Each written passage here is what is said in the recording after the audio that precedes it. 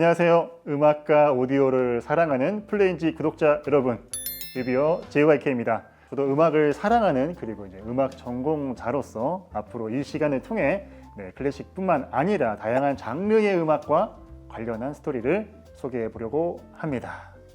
그 첫 번째 음악 손님은요, 전설의 하드락 밴드 레드 제플린입니다. 레드 제플린의 탄생이라는 아주 재밌는 콘텐츠가 있어서 이것을 중심으로 여러분들에게 한번 소개해 볼까 합니다. 무거운 나무로 만든 비행선, 그러니까 하늘로 막 올라가는 게 아니라 이렇게 꼬꾸라질 수밖에 없는, 즉 망할 수밖에 없는 밴드라는 뜻을 가지고 있는 레드 제플린은요, 비틀즈라든지 롤링스톤즈라든지 같은 그룹들이 1960년대를 지배했다면 레드 제플린은 1970년대를 지배했다고 해도 과언이 아닙니다.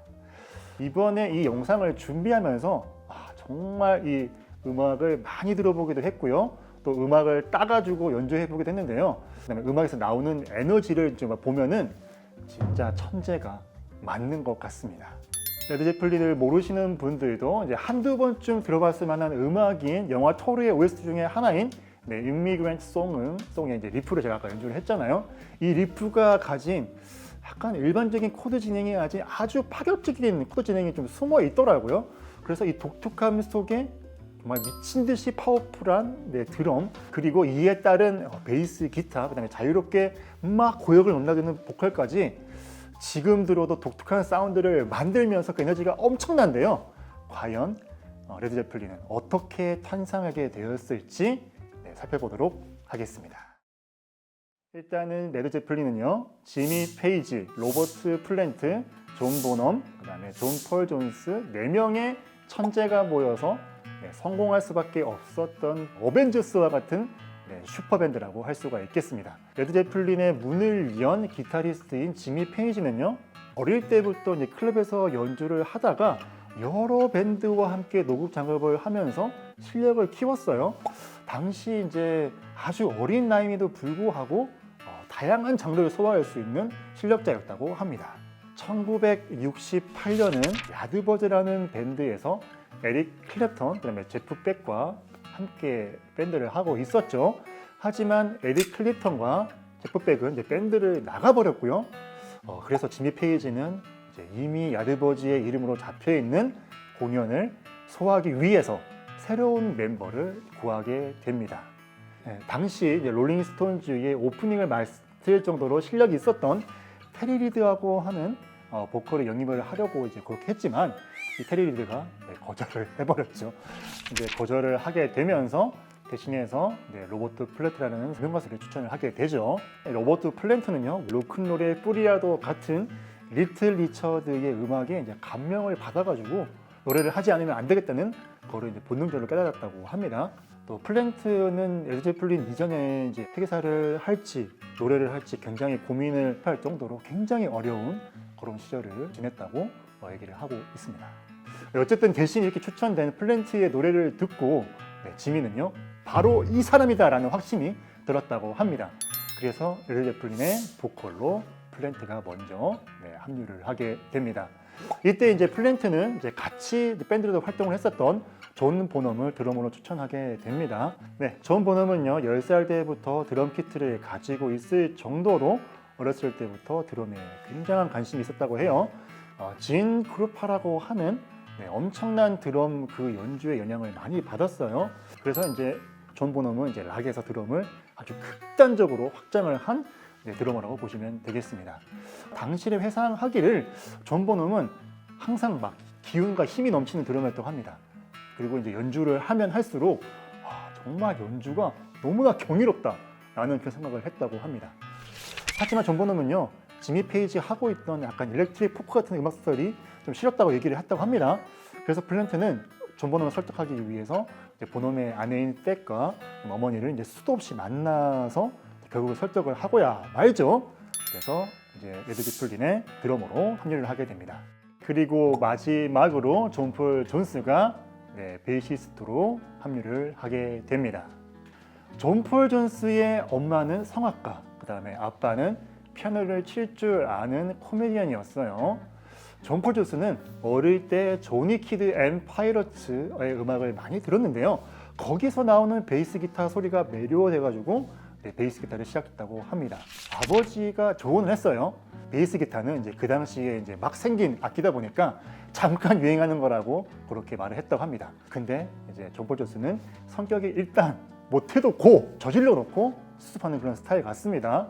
베이스 기타에 매진을 하죠. 워낙 재능이 좀 충만하신 분이라서 금방금방 실력이 쌓여졌죠. 이렇게 존 폴 존스는요, 작은 밴드로 클럽에서 공연을 하며 계속 연주 활동을 했고요. 지미 페이지와 같이 세션 연주를 많이 했다고 합니다. 당시에 유명한 영화인 007 골드핑거에서 세션으로도 참여를 했고요. 네, 당시에 유명한 여성 보컬인 이제 룰루라고 하시는 분이 이제 To Soul with Love라고 하는 영화의 그 OST에 스트링 편곡 등 다양한 편곡에 참여했다고 하죠. 이 영화의 OST가 빌보드 1위까지 올라가면서 67년도에 미국에서 대박이 나죠. 그러면서 이 존 폴 존스의 이름이 아주 널리 알려지게 됩니다. 존 폴 존스의 아내 이제 모는요, 지미 페이지가 밴드를 만든다는 소식을 듣고 이제 약간 성공의 냄새를 맡았던 건지 베이시스트가 필요한지 이제 먼저 물어보려고 합니다.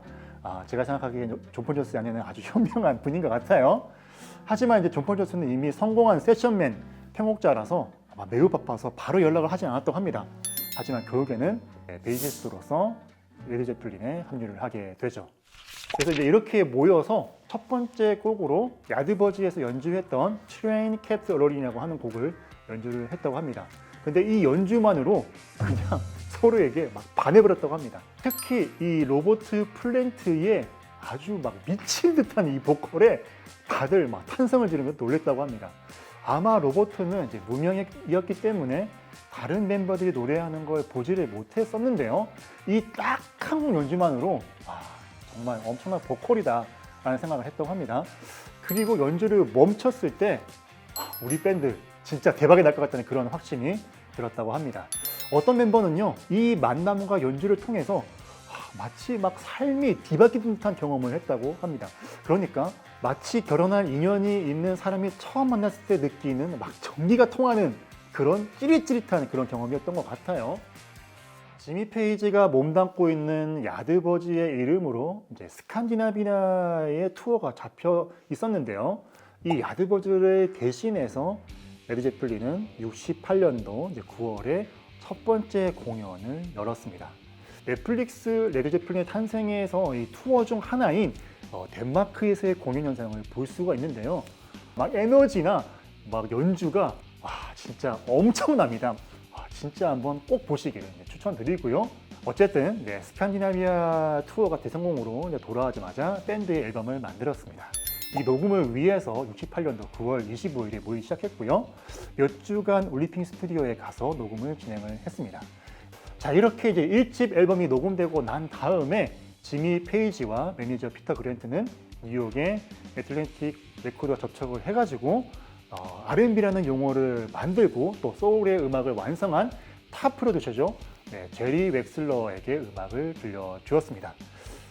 근데 이제 아무래도 이제 탑 프로듀서 보니까 바로 성공의 냄새를 맡았겠죠.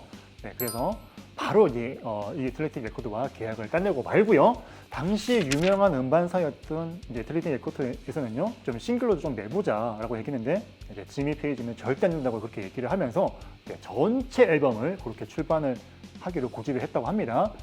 아마 이제 이렇게 갑의 위치에 있던 음반사에게 앨범과 음악에 대한 주도권을 주지 않았던 레드 제플린의 어떤 그런 팀의 성격을 볼 수가 있고요. 일단 이제 애틀랜틱 레코드와 계약을 하고 나서 출반 기념 투어가 이제 잡혔어요. 처음에는 미국 공연에서도 이제 별로 사람이 없었어요. 아마 제 생각에는 이제 60년대라는 시기로 보면은 너무나 약간 실현적인 그런 사운드를 통해서 막 귀를 막고 듣는 아이들도 있고요. 이런 음악이 어디 있어라는 그런 표정으로 막 공연을 보고 있어요. 이렇게 이제 전설적인 밴드의 음악이 이 당시 이런 피드백을 받는 게 아주 신기하기도 하고 아이러니하기도 합니다.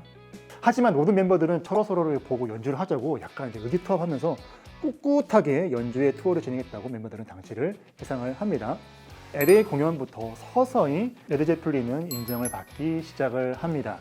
이후에 사람들이 공연을 보려고 이제 막 물밀듯이 몰려들었다고 합니다. 레드 제플린이 출연한 이제 라디오 어떤 그런 음성들이 이제 이 넷플릭스 영상에 나오거든요. 근데 이제 이 레드 제플린의 공연을 보고 막 너무 좋아서 막 심장마비가 올 것 같아요. 지미 페이지 보고 너무 섹시해요. 막 플랜트는 너무 막 여우 같아요. 너무 잘생겼어요. 막 이런 멘트를 하는 것을 들을 수가 있습니다. 이제 지금부터 이제 레드 제플린 신드롬이 시작이 된 거로 볼 수가 있겠죠. 뜨거운 반응을 바탕으로 계속 좋은 공연을 만들었다고 합니다. 69년 10월 22일 레드 제플린의 2집 앨범이 출간이 되었습니다. 이제 신문 기사에서 레드 제플린의 엄청난 인기, 막 세계 1위의 인기라는 수식어가 붙기를 시작했고요. 70년 1월 9일에 우리나라로 치면은 예술의 전당과도 같은 로열 앨버트홀에서 공연을 했습니다.